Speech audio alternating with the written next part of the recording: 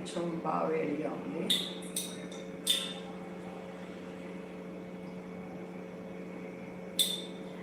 మీకు ఒక డౌట్ వచ్చే ఉండాలి మేబీ, ఇంత వేడిది ఏమవుతుంది పోయకూడదు అని పోయకూడదు. అప్పుడు ఏమవుతుంది తెలుసా, మామిడికాయ ముక్క ఉడికినట్టు అవుతుంది. సో గోరువెచ్చగా ఉన్నప్పుడు పోయొచ్చు, కానీ ఇంత అతివేడి నూనె మాత్రం పోయకూడదు.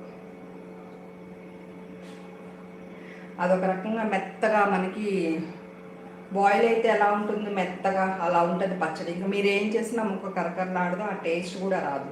అందుకని ఖచ్చితంగా ఆయిల్ ఆరాల్సిందే. ఇప్పుడు ముక్క తిన్నామంటే బాగుంటుంది కరకర అంటున్నట్టుగా.